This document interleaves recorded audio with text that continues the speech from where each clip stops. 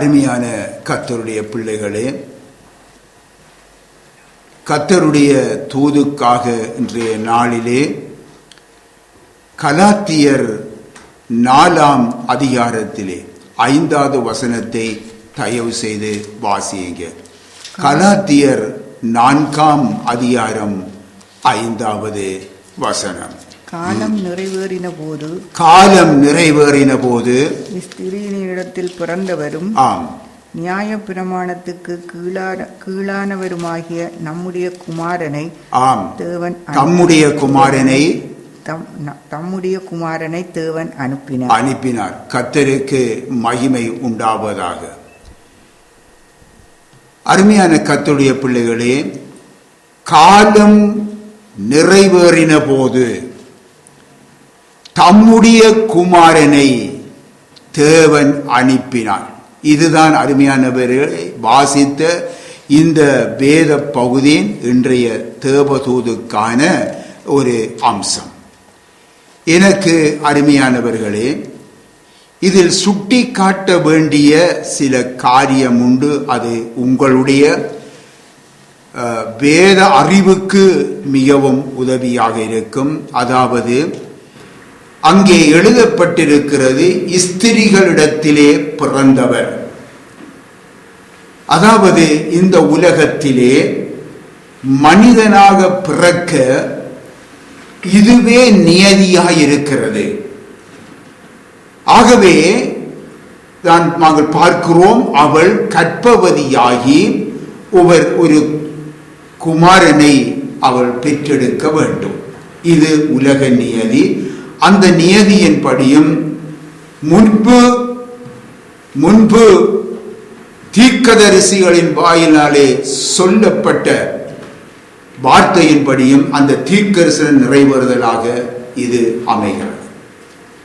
அடுத்ததாக பாருங்கள், 2வதாக ஒரு காரியம் அங்கே எழுதப்பட்டிருக்கிறது, நியாய பிரமாணத்துக்கு கீழானவர். அருமையான கர்த்தருடைய பிள்ளைகளே, ஆண்டவர் இயேசு இதற்கு கீழானவரா? இல்லை. இந்த பூமியிலே தேவகுமாரன் என்ற நிலையிலே கர்த்தர் இயேசு ஒரு காலமும் நியாய பிரமாணத்துக்கு கீழ்ப்பட்டவராக இருக்க வேண்டியது இல்லை. நன்றாக புரிந்து கொள்ளுங்கள். இது உங்களுடைய வேத அறிவுக்கு. ஏனென்றால் நியாய பிரமாணத்தை தந்தவரும் அவர்தான். ஆகவே அருமையானவர்களே, ஆனால் அவர் ஒரு இஷ்டவேலராக பிறந்தார் அல்லவா? இஷ்டவேலராக இந்த உலகத்திலே பிறந்த காரணத்தினாலே அவர் அந்த நியாய பிரமாணத்துக்கு கீழ்ப்பட்டவராக இருந்தார் என்று சொல்லி அங்கே சொல்லப்பட்டிருக்கிறது. கர்த்தருக்கு மகிமை உண்டாவதாக. சரி, இப்பொழுது பாருங்கள், தேவன் இந்த மனுக்குல மீட்புக்காக இந்த பரலோக மேன்மையை விட்டு தம்மையே வெறுமையாக்கி அடிமையின் ரூபம் எடுத்து மனித சாயலானார். கர்த்தருக்கு மகிமை உண்டாவதாக. ஆமென். அருமையான கர்த்தருடைய பிள்ளைகளே, இவ்விதமான வேளை இந்த காரியத்திலே பாருங்கள், காலம் நிறைவேறின போது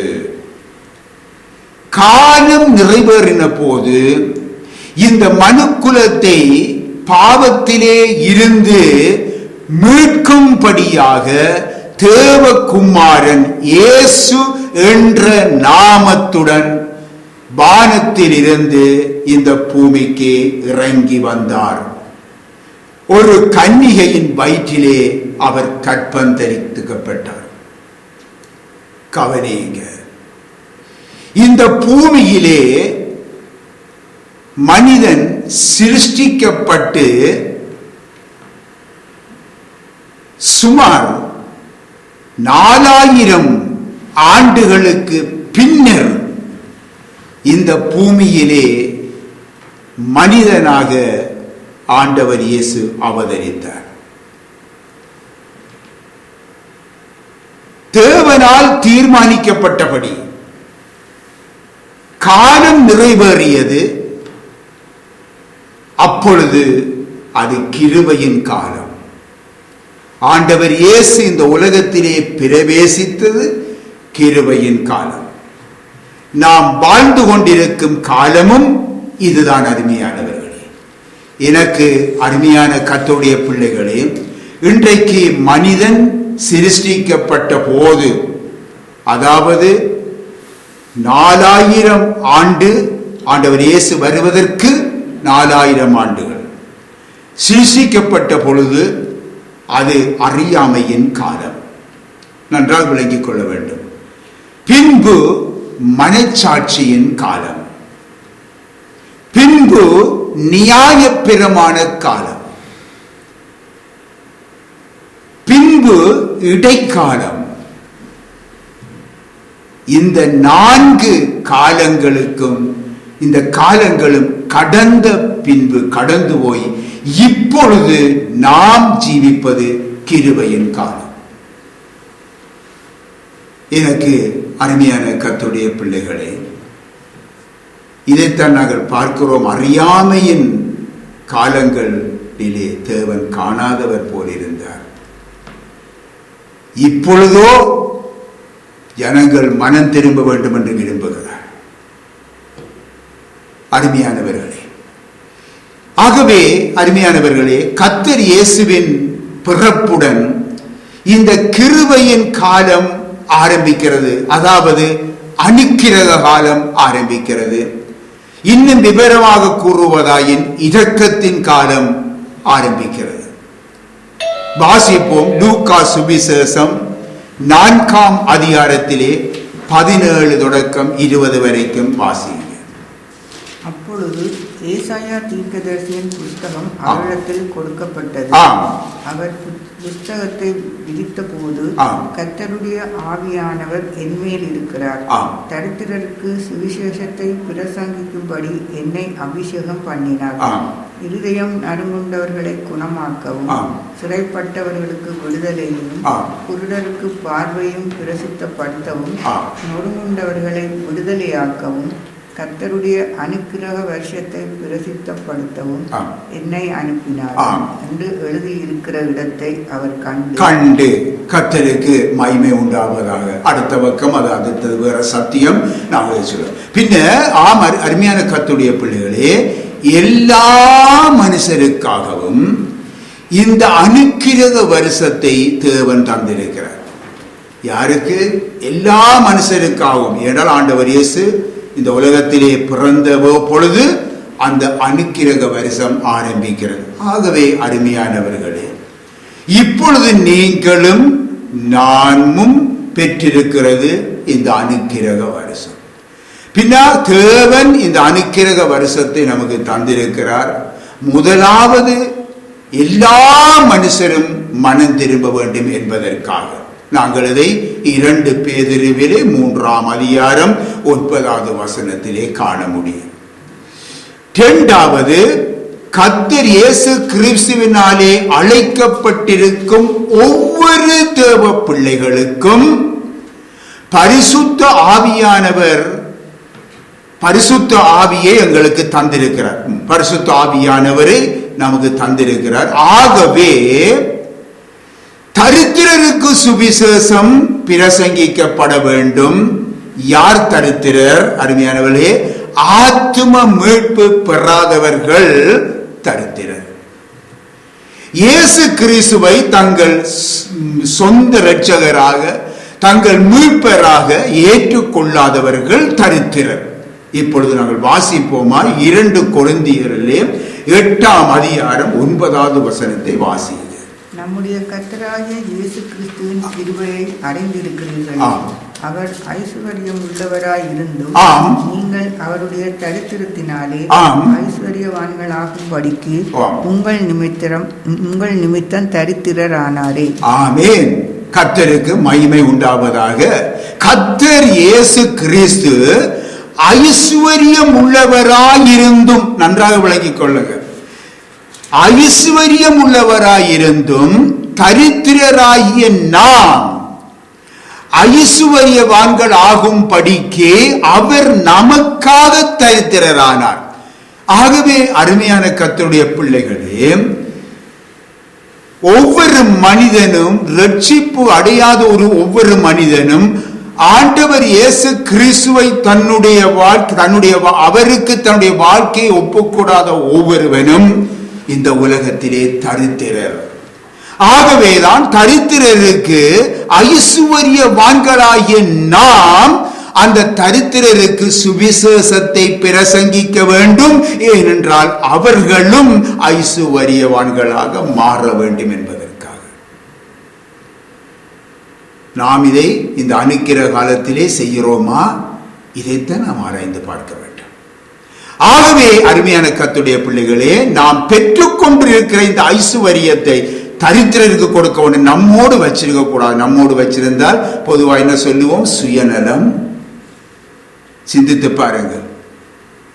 ஆகவே அருமையானவர்களே, நாம் ஐசுவரியராய் இருக்கிறபடியினாலே நாம் என்ன செய்வோம்? எங்களுடைய நாம் பெற்றுக்கொண்ட ஐசுவரியத்தை மற்றவர்களுக்கும் கொடுக்கிற ஒரு உபகாரிகளாக நாம் காணப்பட வேண்டும்.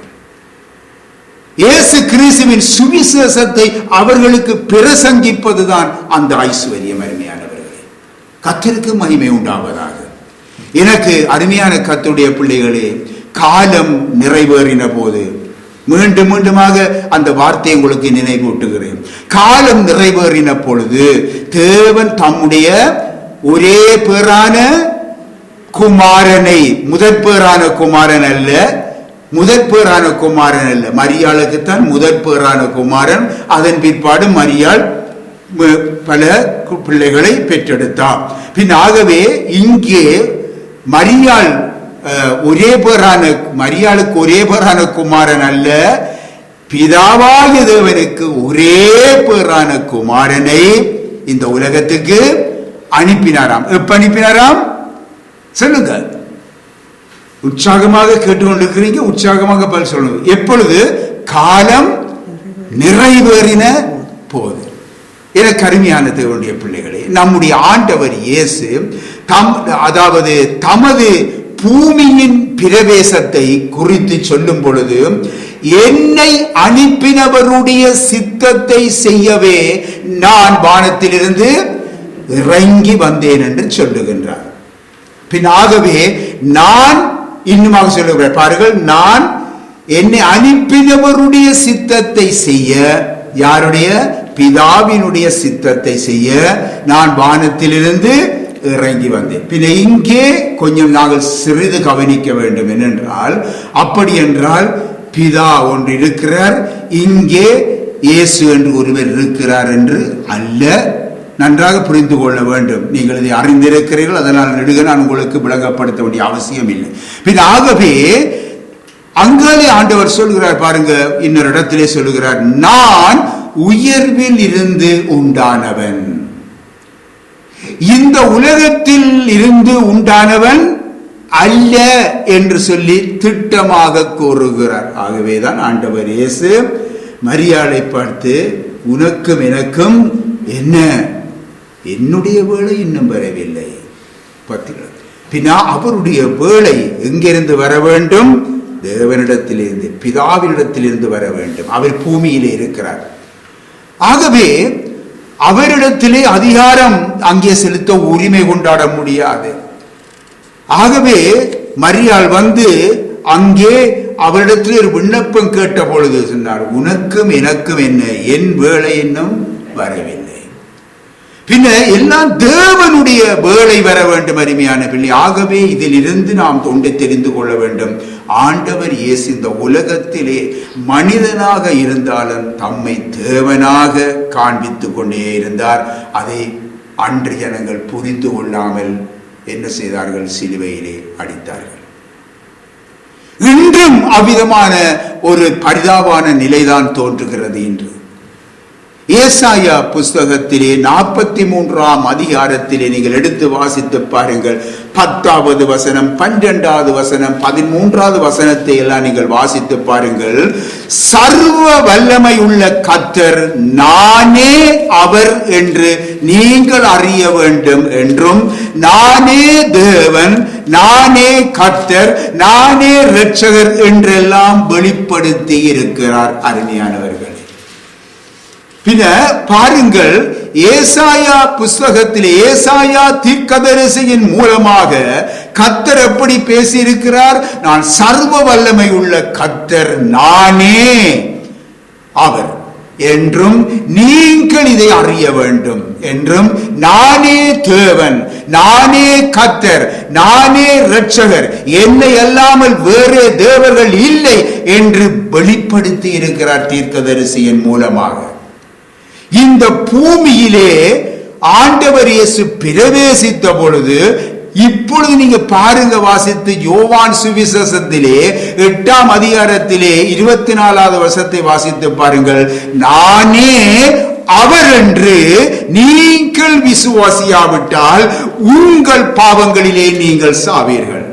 பார்த்தீர்களா? பின்ன மனிதனுடைய பாவங்களை மன்னிக்க ஆருக்கு அதிகாரம் உண்டு? சொல்லுங்க. ஒரு மனிதனுடைய பாவங்கள் எல்லாம் ஆருக்கு விரோதமாக செய்யப்படுகிறது? சொல்லுங்க, பயப்படாமல் சொல்லுங்க, ஒரு தேசத்தமா. யாருக்கு விரோதமாக செய்யப்படுகிறது? தேவனுக்கு விரோதமாக. கொஞ்சம் விட்டமின் கொஞ்சம் எடுத்துட்டு வந்தீங்கன்னா கொஞ்சம் உஷாரா இருப்பீங்க. பின்ன தேவனுக்கு விரோதமாய் செய்யப்படுகிறதுனாலே யார் அந்த பாவத்தை மன்னிக்க முடியும்? தேவன் ஒருவர் தான் மன்னிக்க முடியும். பின் ஆண்டவர் இயேசு சொன்னார் என்ன தெரியுமா? உங்களுடைய பாவங்களை மன்னிக்க எனக்கு அதிகாரம் உண்டென்று நீங்கள் அறிய வேண்டும். இதிலிருந்து நாம் புரிந்து கொள்ள வேண்டும், தேவன் பேசுகின்றார். அவர்தான் இந்த உலகத்துக்கு மனிதனாக வந்திருக்கிறார். ஆகவே ஒவ்வொரு வார்த்தையிலும் நாம் அதை அறிந்து கொள்ள வேண்டும். தேவன் தான் இந்த பூமிக்கு இறங்கி வந்திருக்கிறார். பின் ஆகவேதான் அந்த ஆண்டவர் அவர் இயேசு சொல்லுகிறார் இந்த யோவான் சுவிசேஷத்திலே 8ஆம் அதிகாரம் 24வது வசனத்திலே, நானே அவர் என்று நீங்கள் விசுவாசியாவிட்டால் உங்கள் பாவங்களிலே சாவீர்கள். பின்ன நீங்கள் என்ன விசுவசிக்கவில்லை என்றால் யாரப்பா உங்களுடைய பாவங்களை மன்னிக்க போறா? பின்னாகவே நான் தான் உங்களுடைய பாவங்களை மன்னிக்க வேண்டும். பின்னாகவே என்னை விசுவாசியாவிட்டால் நீங்கள் உங்கள் பாவங்களிலே செத்து அழிந்து போவீர்கள், நரகாக்கினியை அடைவீர்கள். எனக்கு அருமையான கர்த்தருடைய பிள்ளைகளே, உங்களுக்கு தெளிவாக விளங்கவும் உங்களுடைய அறிவு பெருக வேண்டும் என்றும் நான் உங்களுக்கு தெளிவாக உங்களுக்கு மெதுவாக சொல்லிக் கொண்டு போறேன். நீங்க புரிந்து கொள்ள வேண்டும். பின்ன பிறகு பாருங்கள், ஆண்டவர் இயேசு சொல்லுகின்றார். நீங்கள் 25வது வசனத்திலே, அந்த யோவான் 25ஆம் வசனத்தில் 24 உண்டு, 25 உண்டு சொல்றார். பாருங்க என்ன சொல்கிறார் தெரியுமா? நான் ஆதி முதலாய் சொல்லி இருக்கிறவர் தான். பார்த்தீங்களா? ஆதி முதலாய் சொல்லி இருக்கிறவர் தான் என்று சொல்லுவதை பார்க்கும் பொழுது அவர்தான் கர்த்தர், அவர்தான் தேவன், அவர்தான் மனுக்குலத்தின் பாவ பரிகாரி. ஆகவே அவர்தான் கடவுள் ஒருவரே. அவர் ஆவியாயிருக்கிறார். அவரை தொழுது கொள்ளுகிறவர்கள் ஆவியோடும் உண்மையோடும் அவரை தொழுது கொள்ள வேண்டும் என்று கர்த்தர் சொல்லுகிறாரே. இன்னுமாக தேவகுமாரனாக இந்த பூமிக்கு இறங்கி வந்தவர் இயேசுவே. அவரை தன்னை தேவனாக அவர் வெளிப்படுத்துவதை ஒவ்வொரு வாக்கியத்திலும் இருந்து நாங்கள் அறிந்து கொள்ளக்கூடியதாக இருக்கிறது. நானே அவர் என்று சொல்லி அவர் சொல்லுகின்றார். உன்னுடனே பேசுகிற நானே அவர் என்று சொல்லி தெளிவாக சொல்லுகின்றார். என்னை கண்டவன் பிதாவை கண்டான் என்று சொல்லுகிறார். நானும் பிதாவும் ஒன்றாயிருக்கிறோம் என்று சொல்லுகின்றார். எனக்கு அருமையான கர்த்தருடைய பிள்ளைகளே, அந்த இயேசுதான் சொன்னார், நானே வழி, நானே சத்தியம், நானே ஜீவன். நானும் ஒரு வழி என்று சொல்லவில்லை, நானும் ஒரு சத்தியம் என்று சொல்லவில்லை, நானும் ஒரு ஜீவன் என்று சொல்லவில்லை, நானே என்று சொல்லி தெளிவாக சொல்லுகிறார். இவ்விதமாக சொல்லி இருக்க இன்றைக்கு மனுஷர்கள் எங்களுக்கு ஒரு வழியை நாங்கள் ஆயத்தப்படுத்தி வைத்திருக்கிறோம், அந்த வழியினாலே நாம் செல்லுவோம் என்று பிடிவாதம் பிடித்தால் அந்த வழியிலே சென்று அழிந்து போக வேண்டியதான், நித்திய நரக ஆக்கினை அடைய வேண்டியதான், வேறு வழியே இல்லை. ஆகவே அருமையான கர்த்தருடைய பிள்ளைகளே, கடவுள் ஒருவரே, அவர்தான் இந்த பூமிக்கு மனுஷனாக இறங்கி வந்து மனுக்குலத்துக்கு தம்மை வெளிப்படுத்திய ஆண்டவர் இயேசு அவர்தான் என்று திட்டமாக அறிவித்து வருகிறோம். ஆண்டவர் இயேசுதான் இந்த உலகத்திலே கடவுள் என்பதை நாம் அறிவிக்கிறோம், தேவன் என்று அறிவிக்கிறோம். வேறு தேவர்கள் இல்லை என்பதையும் திட்டமாக நாங்கள் அறிவிக்கிறோம். ஆகவே அருமையானவர்களே, இன்றைக்கு எம்முடைய 40 வருஷ ஊழியத்திலே இன்றைக்கு நமது பெயர் புகழுக்காகவோ அல்லது நம்முடைய பண ஆசைக்காகவோ அல்லது மனுஷனை திருப்திப்படுத்த வேண்டும் என்பதற்காகவோ நாம் சத்தியத்தை விற்று ஊழியம் செய்யவில்லை. ஏனென்றால் சத்தியத்தை நாங்கள் எங்களுடைய விற்று நம்முடைய பிழைப்புக்காக நாம் ஊழியம் செய்யவில்லை. நம்முடைய பிழைப்புக்காக நாம் நம்முடைய ஊழியத்தை பாவிக்கவில்லை. நம்மை அழைத்தவர் ஒருவர் இருக்கிறார், நம்முடைய ஊழியத்திற்கு அழைத்த ஒருவர் இருக்கிறார். ஆகவே அந்த ஊழியத்தை அவருக்கு நாம் செய்யும் பொழுது அவர் தேவையான நம்முடைய சன்மானத்தை, நம்முடைய சம்பளத்தை, நமக்கு தர வேண்டியதை அவர் ஒரு நாள் தருவார்.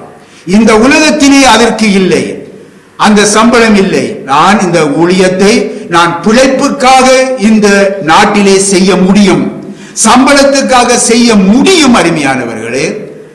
ஆனால் அப்படி செய்யவில்லை. அருமையானவர்களே, அருமையான கர்த்தருடைய பிள்ளைகளே, நாம் நம்மை அழைத்தவரை திருப்திப்படுத்தவே நாம் ஊழியத்தை செய்து கொண்டிருக்கிறோம். இப்படித்தான் நீங்களும் அருமையானவர்களை கர்த்தருக்குள் வளர வேண்டும். நீங்கள் கர்த்தருக்கென்று செய்கிற ஒவ்வொரு காரியங்களும் அவருக்கு செய்கிற ஊழியங்கள் அருமையானவர்களே.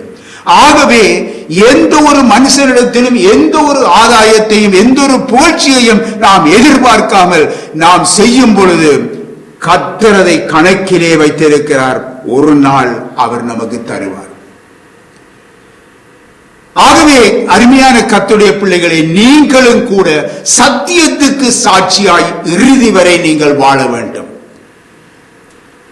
கர்த்தருக்கென்று சாட்சியாய் நாங்கள் இறுதி வரை நிலைத்திருக்க வேண்டும். பிரியமான சகோதர சகோதரிகளே, இன்று வரை கர்த்தரை நீங்கள் அறியாதவர்களாய் இருக்கலாம். இதுவரை நீங்கள் கடவுளை அறியாத ஒரு பல வழிகளிலே நீங்கள் சென்று கொண்டிருக்கலாம் இன்றைக்கு. ஆனால் ஒரு நாள் உங்கள் நித்தியத்தை எங்கே கழிப்பீர்கள்? அருமையானவர்களே, இன்றைக்கு ஒரு மனிதன் மரித்த பிற்பாடு அவன் கடவுளோடு சங்கமமாகிவிட்டான், கடவுளோடு அவன் சேர்ந்து விட்டான் என்றெல்லாம் சொல்லுவார்கள். அருமையானவர்களே, அந்த நிச்சயம் இந்த உலகத்திலே உனக்கு இருக்கிறதா? அந்த நிச்சயத்தோடு தானா அவன் இந்த உலகத்தை விட்டு கடந்து போனான்? இல்லையே. இந்த உலகத்திலே மனிதர் சொல்லுவது மாத்திரம், மனிதர் சொல்லுவது போலல்ல. அருமையான கர்த்தருடைய பிள்ளைகளே, ஒவ்வொரு மனிதனும் தன்னுடைய நித்தியத்தை இந்த உலகத்திலே அவன் நிச்சயித்துக் கொள்ள வேண்டும். நான் மரித்தால் எங்கே போவேன் என்ற அந்த நிச்சயம் அவனுக்கு இருக்க வேண்டும். கடவுள்கிட்ட சிலர் சொல்லுவார்கள், கடவுள்கிட்ட போவார்கள். கடவுளிடத்திலே யார் கடவுள் என்று நீ இந்த உலகத்திலே அறிந்து கொண்டாயா? புரிந்து கொள்ள வேண்டும். இன்றைக்கு சில பேர் பாருங்கள், இன்றைக்கு எத்தனையோ இன்றைக்கு ஊழியர்கள் கூட கடவுள் கடவுள் என்று தான் பிரசங்கிப்பார்கள். ஏனையா கடவுளை அறிந்த பிற்பாடும் ஏன் கடவுள் கடவுள் என்று நீ பிரசங்கிக்க வேண்டும்? ஏனென்றால் இந்த உலகத்திலே தரப்பட்ட நாமம் இயேசு என்ற நாமம். அருமையானவர்களே, இன்றைக்கு கடவுளுடைய பெயரால் உங்களுக்கு விடுதலை இல்லை, இயேசு கிறிஸ்துவின் நாமத்தினால் தான் உங்களுக்கு விடுதலை. அருமையானவர்களே, உங்களுடைய சுவையினத்திலே விடுதலையா, பலவீனத்திலிருந்து விடுதலையா, அல்லது பாவத்திலிருந்து விடுதலையா? கடவுளால் அல்ல, ஆண்டவர் இயேசு கிறிஸ்துவின் அந்த நாமத்தினால் தான் நமக்கு விடுதலை. ஆகவே இன்றைக்கு எத்தனையோ பெரும் பெரும் போதகர்கள் எல்லாம் கடவுள் கடவுள் கடவுள் என்று சொல்லி பிரசங்கிப்பார்கள். அந்த பிரசங்கங்களை நாங்கள் கேட்பதிலே அர்த்தமே இல்லை. ஏனென்றால் சிலுவையிலே அறையுண்ட இயேசு கிறிஸ்துவை நான் பிரசங்கிக்கிறவனாக இருக்க வேண்டும். இன்றைக்கு கடவுளை அறியாதவர்கள் சொல்லுகிறார்கள், கடவுள் பார்த்துக் கொள்ளுவார், கடவுள் அதை செய்வார், இதை செய்வார் என்று கடவுளை அறியாதவர்கள் சொல்லுகிறார்கள். அதை நாங்கள் குற்றப்படுத்த முடியாது, அதை நாங்கள் குறை சொல்லவும் முடியாது.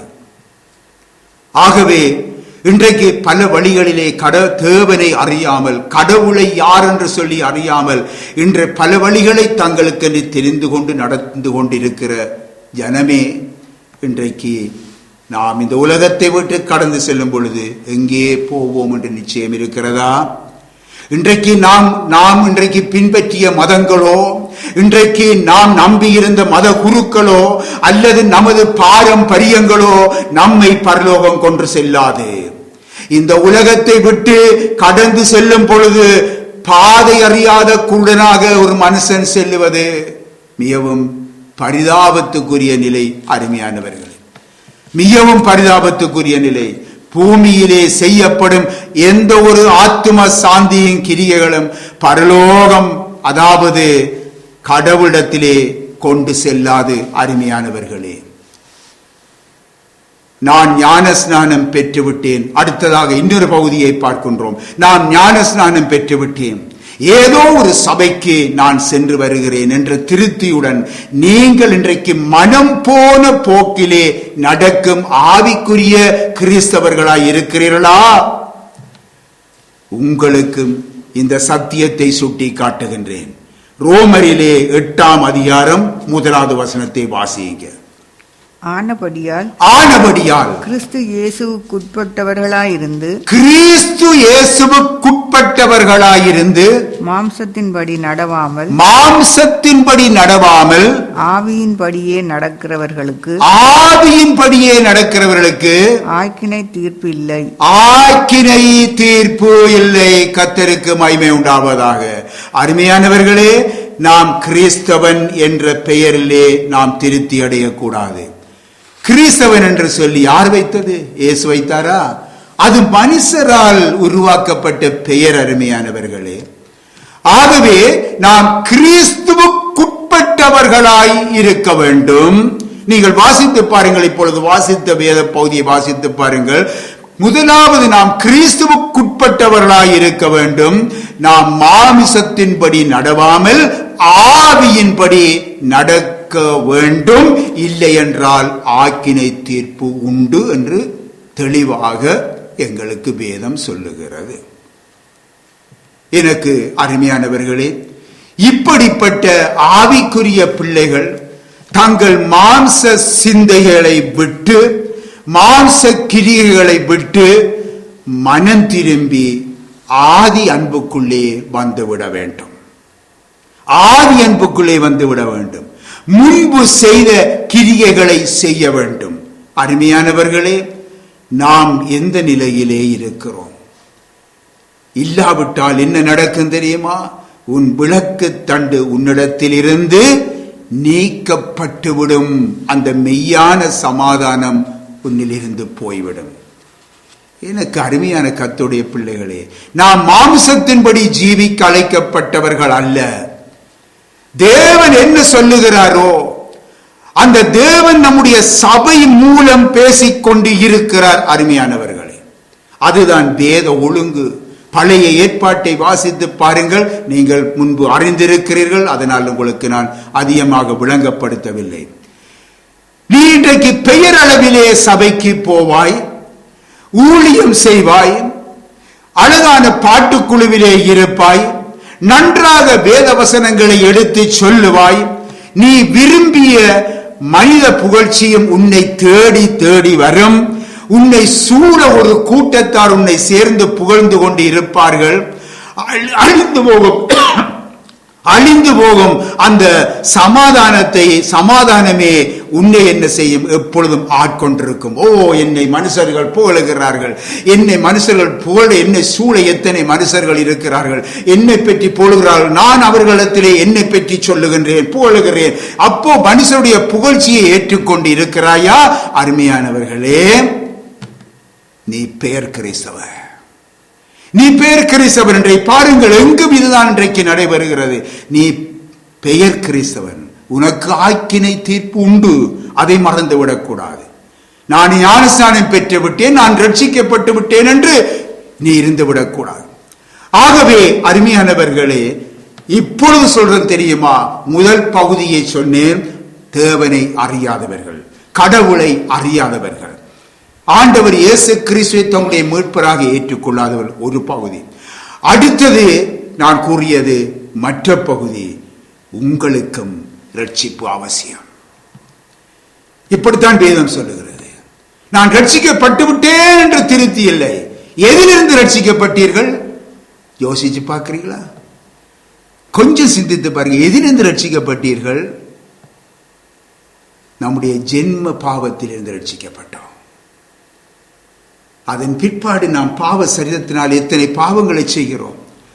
ஆகவே நாளுக்கு நாள் என்னுடைய ரட்சிப்பு அவசியம். அருமையானவளை, நான் ஆரம்பப்படியில் நிற்கிறேன். ஆகவே நாம் சுட்டி காட்டிய இரு வகையினரையும் குறித்து நீங்கள் தேவனுடைய இரக்கத்துக்கு தூரமாகி விடாதபடிக்கு எச்சரிக்கையாயிருங்கள் என்று சொல்லித்தான் புத்தி கூறுகிறோம். அருமையானவர்கள், எனக்கு அருமையான கர்த்தருடைய பிள்ளைகளே, இன்றைக்கு வாசிப்போம் லூக்கா சுவிசேஷத்திலே. நீங்கள் 19ஆம் அதிகாரம் 42 தொடக்கம் 44 வரைக்கும் தயவு செய்து வாசிங்க. லூக்கா சுவிசேஷம் 19ஆம் அதிகாரம் 42 தொடக்கம் 44 வரைக்கும். உனக்கு கிடைத்த இந்த நாளிலாகில் உன் சமாதானத்துக்கு ஏற்றவைகளை நீ அறிந்திருந்தாயானால் நலமாயிருக்கும். இப்பொழுதோ அவைகள் உன் கண்களுக்கு மறைவாயிருக்கிறது. உன்னை சந்திக்கும் காலத்தை நீ அறியாமற் போனபடியால் உன் சத்துருக்கள் உன்னை சூழ மதில் போட்டு உன்னை வளைத்து கொண்டு எப்பக்கத்திலும் உன்னை நெருக்கி உன்னையும் உன்னிலுள்ள உன் பிள்ளைகளையும் தரையாக்கி போட்டு உன்னிடத்தில் ஒரு கல்லின் மேல் ஒரு கல் இராதபடிக்கு செய்யும் நாட்கள் உனக்கு வரும் என்றார். கர்த்தருக்கு மகிமை உண்டாவதாக. அருமையானவர்களே, காலம் நிறைவேறின போது இங்கே நாங்கள் பார்க்கிறோம், நமக்காக அனுப்பப்பட்ட கர்த்தர் இயேசுவை இன்றைக்கு நம் ரட்சிப்புக்காக, நம்முடைய மீட்புக்காக, நம்முடைய பாவ விடுதலைக்காக குறிக்கப்பட்டிருக்கும் இந்த காலம், அதாவது அனுக்கிரக காலம், கிருபையின் காலம், இரக்கத்தின் காலம், இது முடிவடைவதற்கு முன்பாக மனம் திரும்பி அவரை ஏற்றுக்கொள்ள வேண்டும். அருமையானவர்களே, அப்போஸ்தலர் நடபடிகளிலே 17ஆம் அதிகாரத்திலே 10வது வசனத்தை தயவு செய்து வாசியுங்க. ஒரு வாசிங்க பாப்போம். அப்போஸ்தலர் 17:30 வாசிங்க. சாரி, அறியாமையுள்ள காலங்களை தேவன் காணாதவர் போல் இருந்தார். இப்பொழுதோ மனம் திரும்ப வேண்டும் என்று எங்குமுள்ள மனுஷர் எல்லாருக்கும் கட்டளையிடுகிறார். கர்த்தருக்கு மகிமை உண்டாவதாக. ஆம், கர்த்தர் இயேசுவை அறியாத அல்லது அறிந்தும் இன்று வரை அவரை ஏற்றுக்கொள்ளாமல் இருக்கும் பாவிகள் மட்டுமல்ல, தேவ ஜனங்களும் தங்கள் ஜீவியத்திலே உள்ள தவறுகள், இன்னுமாக மாம்ச சிந்தைகள், மாம்சத்தின் கிரியைகளிலே இருந்து மனம் திரும்பும்படி கொடுத்த காலம் எப்பொழுது முடியும் என்று நமக்கு தெரியாது. அருமையானவர்களே, நாம் அறியாமை உள்ள காலங்களில் இல்லை, நாம் இப்பொழுது கிருபையின் காலத்திலே இருக்கிறோம். அந்த காலங்கள் எல்லாம் நிறைவேறிவிட்டது, முடிந்து விட்டது. இன்னும் எனக்கு தெரியாதென்று சொல்ல முடியாத அருமையானவர்களே, இயேசு இந்த உலகத்திற்கு வந்து நானே வழி, நானே சத்தியம், நானே ஜீவன், நானே அவர் என்றெல்லாம் அவர் வெளிப்படுத்தி விட்டார். நானே உன் பாவ பரிகாரி என்றெல்லாம் வெளிப்படுத்தி விட்டார். ஆகவே நான் அறியவில்லை என்று சொல்லி எதுவுமே சொல்ல முடியாத அருமையானவர்களே. ஏனென்றால் நாம் இந்த கிருபையின் காலத்திலே நாம் செய்கிற அனைத்து பாவங்களும் நம்மை அறிந்து கொண்டே செய்கிறோம் என்பதை வேதம் தெளிவாக சொல்லுகின்றது. ஆகவே நாம் செய்ய வேண்டியது தெரியுமா? என் பாவங்களுக்கு மன்னிப்பை பெற்றுக் கொள்ள வேண்டும். இயேசுவிடத்திலே மன்னிப்பை பெற்று நாம் அந்த பாவங்களை மீண்டும் செய்யாதபடி நாம் என்னை காத்துக்கொள்ள வேண்டும். ஆகவே மனம் திரும்ப நமக்கு காலத்தை கொடுத்திருக்கிறார். இதுவரைக்கும் நாம் அதை செய்திருக்கிறோமா? மனம் திரும்பி இருக்கிறோமா? சிந்திக்க வேண்டும். ஆகவே நாம் மனம் திரும்பப்படி கொடுத்திருக்கிற இந்த காலம் எப்பொழுது முடியும் என்று நமக்கு தெரியாது. ஆனால் ஒன்று தெரியும். என்ன தெரியுமா? உனக்கு கிடைத்த இந்த நாளில் ஆகிலும் நீங்கள் வாசித்தீர்கள், உன் சமாதானத்துக்கு ஏற்றவைகளை நீ அறிந்திருந்தாயானால் நலமாயிருக்கும். ஆகவே அருமையானவர்களே, ஆகவே மனம் திரும்பும்படி இன்றைக்கு அனைவருக்கும், நம் எல்லாருக்கும் தேவனாலே அருளப்பட்டிருக்கிற இந்த காலத்தை நாம் பயன்படுத்தி கொள்ள வேண்டும். நாங்கள் அசட்டை பண்ணிவிடக்கூடாது. ஆகவே அருமையானவர்களே, இன்னுமாய் பாருங்கள், இவைகளை நாங்கள் அசட்டை பண்ணுவோம் என்றால் நியாய தீர்ப்பை நாம் சந்திக்க வேண்டி வரும். ஆக்கினை தீர்ப்பை சந்திக்க வேண்டி வரும். அருமையான கர்த்தருடைய பிள்ளைகளே, பிரியமானவர்களே, இன்றைக்கு அருமை நண்பர்களே என்று கூட அழைக்கலாம். இன்றைக்கு ஆண்டவரை அறியாத எத்தனையோ பிள்ளைகள், அவர்களை நண்பர்களே, சகோதர சகோதரியே என்று சொல்லி அழைக்கிறோம். பிரியமான தேவ பிள்ளைகளே என்று சொல்லி அழைக்கிறோம். வேதம் சொல்லுகிறது என்ன தெரியுமா? இரத்தம் சிந்துதல் இல்லாமல் பாவ மன்னிப்பு இல்லை.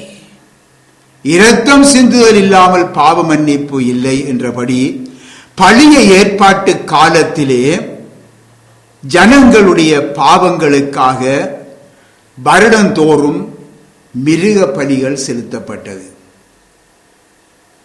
நாம் எல்லாரும் அறிவோம். அப்பொழுது அவருடைய பாவங்கள் எல்லாம் என்ன நடைபெற்றது? அதனால் அவருடைய பாவங்கள் எல்லாம் என்ன நடந்தது? சொல்லுங்க. மன்னிக்கப்பட்டது. மன்னிக்கப்பட்டது எங்கே இருக்குது? பாவங்கள் எல்லாம் மூடப்பட்டன. பாவங்கள் எல்லாம் மூடப்பட்டன. அவைகள் நிவர்த்தி செய்யப்படவில்லை. ஆகவே ஆண்டவர் இயேசு கிறிஸ்துவோ சகல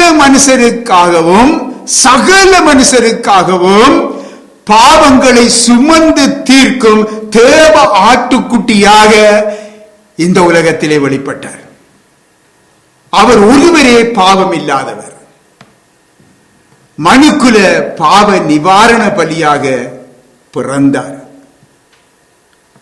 இயேசுவின் தாய் மரியாள் கூட பாவத்திலே பிறந்த ஒரு மானிட பிறவிதான்.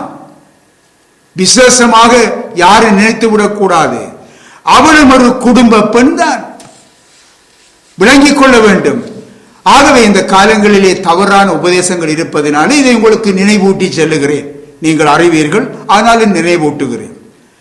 அவளுடைய பாவத்தைக்காகவுமே ஆண்டவர் இயேசு இந்த உலகத்திலே வந்து தம்மையை பலியாக்கினார். அவளுடைய பாவத்தையும் தம்மீது அவர் ஏற்றுக்கொண்டார். சிலுவையிலே மரித்தார். குற்றமில்லாத மாசற்ற தேவ ஆட்டுக்குட்டி ஆகிய அந்த கிறிஸ்துவின் விலையேற பெற்ற அந்த இரத்தத்தாலே இந்த மனுக்குலம் முழுவதற்கும் இலவசமாக பாவ மன்னிப்பு உண்டானது. இலவசமாக. அருமையான கர்த்தருடைய பிள்ளைகளே, ஆகவே நன்றால் புரிந்து கொள்ளுங்கள், எந்த ஒரு மனுஷனும் தன் பாவத்துக்காக எந்த ஒரு பலியும் அவன் செலுத்த வேண்டிய அவசியமே இல்லை. தன்னைத்தான் வருத்த வேண்டிய அவசியம் இல்லை. தன்னைத்தான் கீறி கிழிக்க வேண்டிய அவசியம் இல்லை. தன்னை குத்திக் கொள்ள வேண்டிய அவசியம் இல்லை. இன்னுமாக அவன் எந்த விதமான ஒரு பாடும் பட வேண்டிய அவசியம் இல்லை. ஏன்? நம்ம எல்லாருக்காகவும் ஆண்டவர் இயேசு தம்மையே பலியாக்கி விட்டார். ஒரு தடவை நான் கத்தோலிக்க மதத்திலே இருந்தவர் என்றபடியினாலே சொல்லுகின்றேன். ஒரு கத்தோலிக்க குருவை சந்திப்பதற்கு அப்பொழுது அவர்களோடு நாங்கள் நம்முடைய எத்தனையோ நண்பர்கள் கத்தோலிக்க குருக்களாக இருந்தார்கள். ஒருவரை சந்திக்க சென்ற பொழுது அப்பொழுது அந்த இடத்திலே இருந்த உபதேசி சொன்னார், ஃபாதர் அந்த ரூமுக்குள்ளே இருக்கிறார், ஜெபம் செய்கிறார், ஆகவே அவர் முடியும் வரைக்கும் நில்லுங்கன்னு சொல்லி சொன்னார். ஆனால் நாம் நிற்கிறோம், ஆனால் ஜெபம் அண்டு செய்வது மட்டுமல்ல, ஏதோ பெரிய சத்தம் எல்லாம் கேட்குது, பெரிய சத்தம் எல்லாம் அந்த அறைக்குள் இருந்து வருகிறது. அப்பொழுது நான் அந்த உபதேசிட்ட கேட்டேன், என்னப்பா அறைக்குள் என்ன சத்தம் என்று கேட்டான். அது சுவாமி தன்னைத்தானே சவுக்கால அடிக்கிறாராம், தன்னுடைய பாவங்களுக்காக அடிச்சு ஜெபம் பண்றாராம்.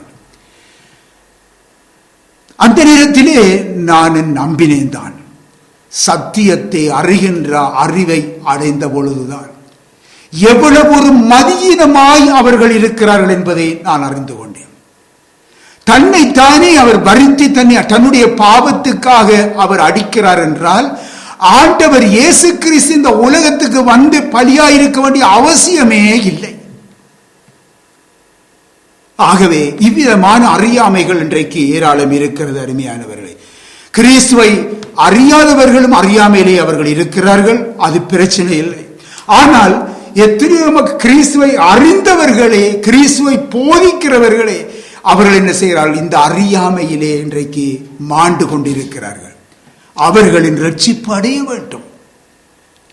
ஆகவே அருமையானவர்களே, கர்த்தர் இயேசு நம்முடைய அனைவருடைய பாவ பரிகாரியாக சிலுவையிலே மரித்தார் என்பதை எந்த ஒரு மனுஷன் இந்த கிருபையின் காலத்திலே வாழுகிற மனுஷன் அவன் விசுவாசிக்கிறானோ அவரிடத்திலே இருந்து பாவ மன்னிப்பை இலவசமாக பெற்றுக் கொள்ளுகின்றான்.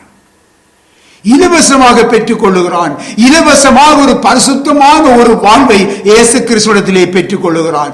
இப்படிப்பட்ட ஒரு மன்னிப்பையும் பரிசுத்த வாழ்வையும் பெற்றவர் கர்த்தர் இயேசுவின் கட்டளைக்கு அவர் கீழ்ப்படிய வேண்டும். யாரெல்லாம் இவ்விதமாக இலவசமாக தன்னுடைய பாவத்தை அறிக்கையிட்டு அந்த பாவ பரிகாரத்திலே இருந்து பாவ மன்னிப்பை பெற்றிருக்கிறாரோ, இன்றைக்கு அவர்கள் அடுத்ததாக செய்ய வேண்டிய வேலை அதுகளோடு திருப்திப்பட்டுவிடக் கூடாது. இயேசுவின் கட்டளைக்கு கீழ்ப்படிந்து பிதா குமாரன் பரிசுத்த ஆவியின் நாமத்தினாலே ஞான ஸ்நானம் பெற வேண்டும். ஒருவன் மனம் திரும்பி, அதாவது மறுபடியும் பிறந்த ஒருவன் மீண்டும் அவன் பிதா குமாரன் பரிசுத்த ஆவியினாலே நாமத்தினாலே ஞானஸ்நானம் பெற்று தேவனுடைய பிள்ளையாக அவன் மாற வேண்டும். அவர் இந்த உலகத்தையும் அந்த மனிதன் இந்த உலகத்தையும் அதனுடைய அவன் கடைப்பிடிக்கும் அதாவது பாரம்பரியங்களையும் தன்னுடைய மத வழிபாடுகளையும் விட்டு விலகி, அதாவது தன்னை தானே வெறுத்து தன் சிலுவையை எடுத்துக்கொண்டு இயேசுவை பின்பற்றுகிற மனுஷனாக காணப்பட வேண்டும். அருமையான கர்த்தருடைய பிள்ளைகளே, கவனியுங்கள், எவ்வளவு காரியங்கள் ஒரு மனிதன் செய்ய வேண்டும். ஆகவே ஒருவர் தனது ஜென்ம பாவத்திலே இருந்து ரட்சிக்கப்பட்டால், ஆரம்ப ரட்சிப்பு அதுதான் ஜென்ம பாவம். ஒரு மனிதன் பிறக்கும் பொழுதே பாவத்தோடு பிறக்கிறான். அவன் பாவம் செய்ததினால் அவன் பாவியா இல்லை, அவன் பாவத்தில் பிறந்ததினாலே பாவியா இருக்கிறான். சில பேர் சொல்லுவாங்க, நான் எதுவுமே செய்யல, நான் எவருக்குமே அநியாயம் செய்யல. நல்லது, சரி, நாங்கள் ஏற்றுக்கொள்கிறோம். ஆனாலும் நான் பாவத்தில் பிறந்ததினாலே நான் பாவியா இருக்கிறேன். இதுதான் ஜென்ம பாவம். ஆகவே இந்த பாவத்திலே இருந்துதான் நான் ரட்சிப்பை அடைகிறேன். அருமையானவர்களே, ஆகவே இந்த ஜென்ம பாவத்திலிருந்து ரட்சிக்கப்பட்டால் மட்டும் போதாது, தொடர்ந்து மறுரூப வாழ்க்கைக்கு தன்னை அவன் ஒப்பு கொடுக்க வேண்டும். நாளுக்கு நாள் அவன் மறுரூபப்படுத்தப்பட்டு போக வேண்டும். ஒரு படியிலே அவன் கால் வைத்து விட்டான், அவன் மீண்டுமாக ஒவ்வொரு படியாக ஏறி ஏறி ஏறி அவன் செல்ல வேண்டும். அருமையானவர்களே, முதலாம் வகுப்பிலே சேர்ந்தவன் எடுத்த இடத்திலே அங்கே உடனடியாக அவன் யூனிவர்சிட்டிக்கோ கலாசாலைகளுக்கு அவன் போய்விட முடியாது. அவன் ஒவ்வொரு ஸ்டேஜாக அவன் போக வேண்டும். அப்படித்தான் அருமையானவர்களே, அப்போஸ்தலர் நடபடிகள் 2ஆம் அதிகாரத்திலே 40வது வசனத்தை தயவு செய்து வாசியுங்க. இன்னும் அநேக வார்த்தைகளாலும் சாட்சி கூறி மாறுபாடுள்ள இந்த சந்ததியை விட்டு விலகி உங்களை ரட்சித்துக் கொள்ளுங்கள் என்று புத்தி சொல்லான் என்று பார்க்கிறோம் பேதுரு. ஆகவே இதற்காக ரட்சிக்கப்பட்டவர்களை அதன் பிற்பாடுதான் ரட்சிக்கப்பட்டவர்களை கர்த்தர் என்ன செய்கிறார்? அனிதினமும் இதற்காகத்தான் சபையிலே சேர்த்து கொண்டு வாரார். பின்ன கர்த்தர் சபையிலே சேர்த்து கொண்டு வாரார். நமக்கு விருப்பமான சபை அல்ல. நமக்கு விருப்பமான சபையிலே போய் சேர்ந்து விடப்பட்டால் என்ன செய்வோம்? அப்படியே நாம் என்ன செய்வோம்? திசைகள் மாறி போவோம் நிச்சயமாக. அருமையானவர்களே, கர்த்தர் நமக்கு ஒரு பாரத்தை கொடுப்பார். அந்த பாரத்தின்படி நமக்கு ஒரு சபையை அவர் தருகிறார், நமக்கு ஒரு வழிகாட்டுகிறார். அந்த சபையிலே நாம் இருந்து நாம் என்ன செய்கிறோம்? கர்த்தருடைய வழிநடத்தலை பெற்று வளர்ந்து கொண்டிருக்கிறோம். அருமையானவர்களே, பின்னாகவே நமக்கென்று நாம் ஒரு சபையை நாம் தெரிந்து கொள்ளும் பொழுது மாமிச சிந்தை நன்றாக புரிந்து கொள்ள வேண்டும். ஆகவே அருமையானவர்களே, இன்றைக்கு பாருங்கள், இன்றைக்கு சிலர் வருவார்கள், வேலைகள் மாறி இடங்களுக்கு வருவார்கள், வேறு நாடுகளுக்கு, வேறு வேறு பெரிய கூடுதலான தூரமான இடங்களுக்கு செல்லுவார்கள். எத்தனை பேர் சாட்சிகள் சொல்ல கேள்விப்பட்டிருக்கிறேன். நான் எந்த சபைக்கு போவதென்று தெரியாமல் நான் இருந்தேன். கர்த்தர் ஒரு நாள் அற்புதமாய் இன்னென்ன மாதிரியாக வழி நடத்தினார் என்று சொல்லி அங்கே சொல்லுவதை நாங்கள் பார்க்கிறோம். ஏன் கடந்த காலங்களிலே நாங்கள் இந்த இடங்களிலே எத்தனை வருஷங்களுக்கு முன்பாக எத்தனையோ சாட்சிகளை நாங்கள் கேட்டிருக்கிறோம். கர்த்தருக்கு மகிமை உண்டாவதாக. பின் ஆகவே அருமையானவர்களே, இதற்காகத்தான் எங்கள் தேவன் என்ன செய்கிறார்? ரட்சிக்கப்பட்ட இவர்களை சபையிலே சேர்த்து கொண்டு வாரார். தேவனுடைய மந்தையை மேற்கும்படி பரிசுத்த ஆவியானவர் என்ன செய்கிறார்? சொல்லுங்க இனி என்றாலும் உங்களுக்கு இதில் அண்மையில் சொல்லி தந்துகிறேன். தேவனுடைய மந்தையை மேற்கும்படி பரிசுத்த ஆவியானவர் என்ன செய்கிறார்? இப்பொழுது சொல்லுங்க. ஒரு கண்காணியை நியமிக்கிறார். ஆகவே அருமையானவர்களே, ஆகவே சபைக்கு வந்தோம் போனோம் என்று இருக்கக்கூடாது. நன்றாக விளங்கிக் கொள்ளுங்கள். முன்னுக்கு நின்று ஏதோ நான் பாட்டு படிக்கிறேன், பாட்டு படிச்சு பாட்டு குரூப்பிலே இருக்கிறேன் என்று சொல்லி திருப்திப்பட்டு விடக்கூடாது. அல்லது அந்த பாட்டை படித்து படித்து படித்து சபையை நாம் வழி நடத்துகிறவன் என்றதோடு திருத்தி, இன்றைக்கு அப்படித்தான் சில பேர் திருப்திப்பட்டு கொள்றது. சிலர் சொல்லுவாங்க, நான் பாஸ்டருடைய மகள். ஐயா, நீ பாஸ்டருடைய மகனாக இருந்தாலும் சரிதான், மகளாக இருந்தாலும் சரிதான், உன்னுடைய நடக்கையிலே நீ பாஸ்டருடைய மகள் என்று அறிந்து கொள்ள வேண்டும். ஆகவே வீணாக சொல்லி உண்மையாக பாஸ்டருடைய மானத்தை வாங்கிவிடக்கூடாது. இன்றைக்கு சில பேர் இருக்கிறாங்க அப்படி. ஆகவே இன்றைக்கு கர்த்தருடைய இன்றைக்கு வார்த்தையை கேட்டு நம்முடைய வாழ்க்கையானது நாளுக்கு நாள் மறுரூபப்பட வேண்டும். அருமையானவர்களே, நீ ஒரு பாஸ்டருடைய மகனாக இருக்கலாம். கர்த்தர் உன்னை கொண்டு வந்து சேர்த்திருக்கிற சபையிலே இருந்து நீ என்ன செய்ய வேண்டும்? கர்த்தர் உன்னோடு பேசுவார். அதற்கு உன்னை அர்ப்பணிக்க வேண்டும். அப்படி அர்ப்பணிக்கும் பொழுதுதான் என்னுடைய வாழ்க்கை மறுரூபமாகும். பழைய மனுஷன் எனக்குள்ளே இருந்து யார் இருக்கிறான், எனக்குள்ளே இருக்கிற அந்த பழைய மனுஷன் யார் என்பதை அறிந்து அவனை நான் களைந்து விட்டு நான் புதிய மனிதனை நான் எப்பொழுதும் தரித்துக் கொள்கிறவனாக மாறுறேன். இன்றைக்கு எனக்குள்ளும் உங்களுக்குள்ளும் சில பழைய மனுஷன் இருப்பாருமையானவர்களே, ஒளிஞ்சிருப்பான். அவனை தேடி பிடிக்கிற இடம்தான் சபையிலே கர்த்தருடைய வார்த்தை. அந்த வார்த்தை தான் தேடி பிடிக்கும். அருமையானவர்களே, தேடி பிடிச்சு காண்பிக்கும் பொழுது இவ்வளவு நாள் ஒளிஞ்சிருந்திருக்கிறானே, இவன் எனக்குள்ள ஒளிஞ்சிருந்திருக்கிறானே, இவனை பிடிச்சு வெளியில விட்டுட்டு நான் புதிய மனுஷனை தரித்துக் கொள்ள வேண்டும். உதாரணமாக அருமையானவர்களே, சுய சித்தம் உங்களுக்கு விளங்கக்கூடிய சொல்றேன். சுய சித்தம் என்பது பழைய மனுஷன், தேவ சித்தம் என்பது புதிய மனுஷன். திருடுவது பழைய மனுஷன், திருடாமல் இருப்பது புதிய மனுஷன். இன்றைக்கு சாட்சி சொல்லும் பொழுது சில நேரங்களில் சில காரியங்கள் வருது சொல்லி கொண்டு போறது உங்களுடைய வளர்ச்சிக்கு மிக நல்லா இருக்கும். இன்றைக்கு சபையில் ஏறி சாட்சி சொல்லுவாங்க பாருங்க, எனக்கு ஆண்டவர் எனக்கு ஒரு அருமையான ஒரு வீட்டை தந்தார், ஆண்டவர் எனக்கு அருமையான வேலை தந்தார், எனக்கு ஒரு பெரிய விலையுயர்ந்த வாகனத்தை தந்தார், எனக்கு ஆண்டவர் ஒரு பெரிதான ஒரு நல்ல ஒரு வேலையை தந்தார். இப்படியெல்லாம் சொல்லுவோம், சொல்றதை கேட்டிருக்கிறோம். எப்பயாலும் கேள்விப்பட்டிருக்கீங்களா, நான் அந்த நாளிலே இப்படியாக திருடனாயிருந்தேன், ஏன் இப்பொழுது கூட நான் எத்தனிடத்திலே திருடிக் கொண்டிருந்தேன், இப்பொழுது கர்த்தர் என்னோடு பேசினார், என்னை மாற்றினார், நான் அதிலிருந்து நான் விடுதலை பெற்றிருக்கிறேன். யாரும் சொல்லுறாங்களா? சொல்றாங்கடா சொல்லுங்க. சொன்னா உண்மையாகவே அவனை கையெடுத்து கும்பிடுவான். நீதானப்பா உண்மையான தேவ மனுஷன். அருமையானவர்களே, பொய் பேசுதல் பாருங்க, அது பழைய மனுஷன். உண்மையை பேசுவது யார்? புதிய மனுஷன். இன்றைக்கு சில பேர் இருக்கிறாங்க பாருங்க, இயேசு கிறிஸ்துவை அறியறதுக்கு முந்தி உண்மை பேசுவான், இயேசு கிறிஸ்துவை அறிந்து ஒரு ஊழியத்தில் அமர்ந்தோட பொய் பேச துவங்குறான். பின்ன இது என்னென்று விளங்குறது இல்லை. கொஞ்சம் விளங்கோடு, கொஞ்சம் நீங்க சாடியா உங்களுக்கு கிண்டி விடுற, நீங்க சாடியா சிந்திச்சு பாருங்க.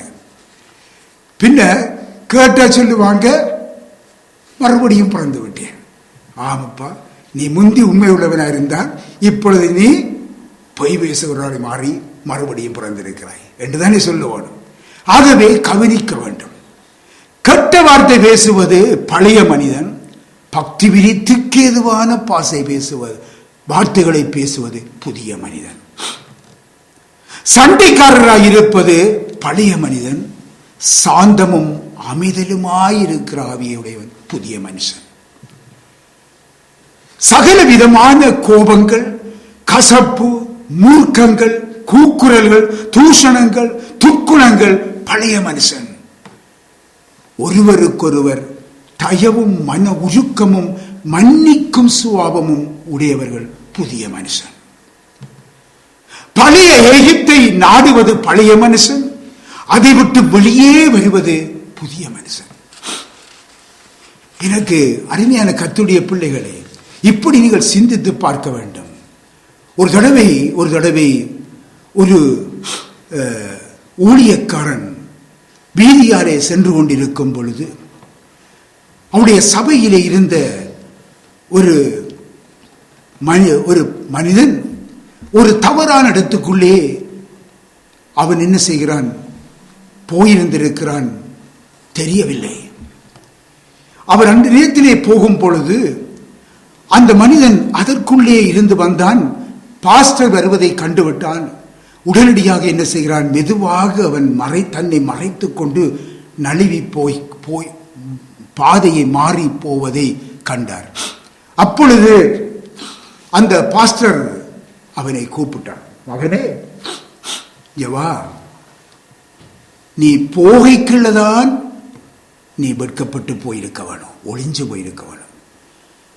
நீ இப்பொழுது அதை விட்டு வெளியே வர அல்லவா, இப்ப நீ துணிகரமாவா என்று சொன்னார். அதனுடைய அர்த்தம் உங்களுக்கு விளங்க வேணும்.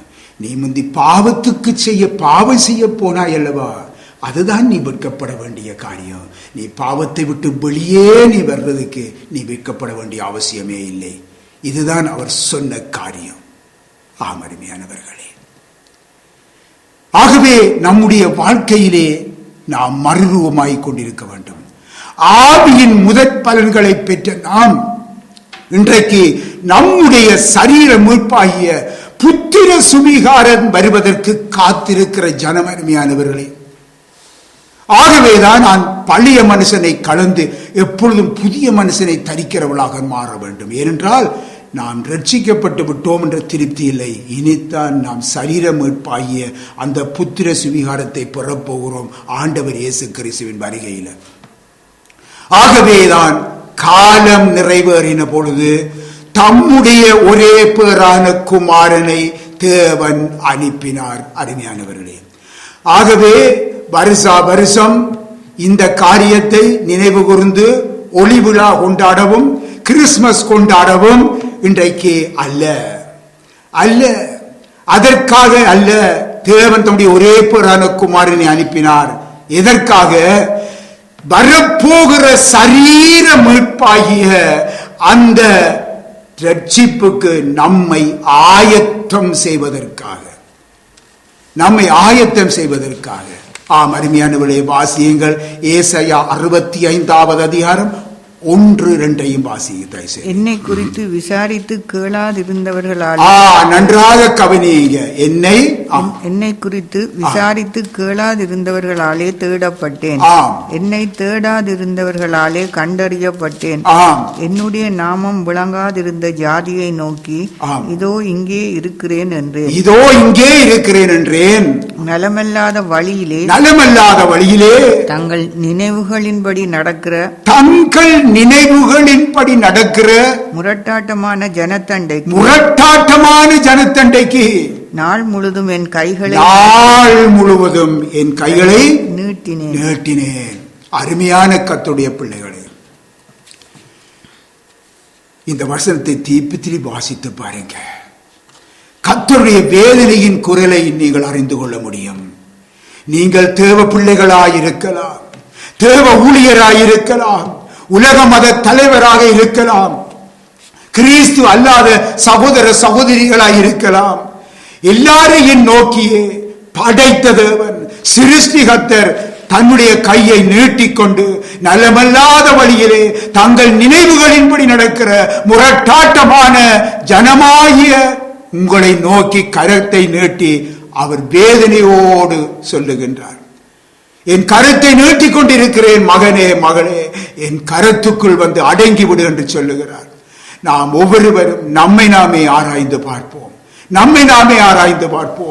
இப்பொழுதோ இப்பொழுதே அனுக்கிரக காலம், இப்பொழுதே இரட்சணிய நாள். நாளை அல்ல, பின்பு அல்ல, யோசிப்போம் என்று அல்ல, இப்பொழுதே இன்றே இந்த ரட்சிப்பின் நாள். ஒவ்வொருவரும் மனம் திரும்புங்க. உங்களை ஆராய்ந்து பார்த்து மனம் திரும்புங்க. கர்த்தர் இயேசுவின் கரத்திலே உங்களுடைய வாழ்க்கையை ஒப்புக் கொடுங்க. ஆமீன்.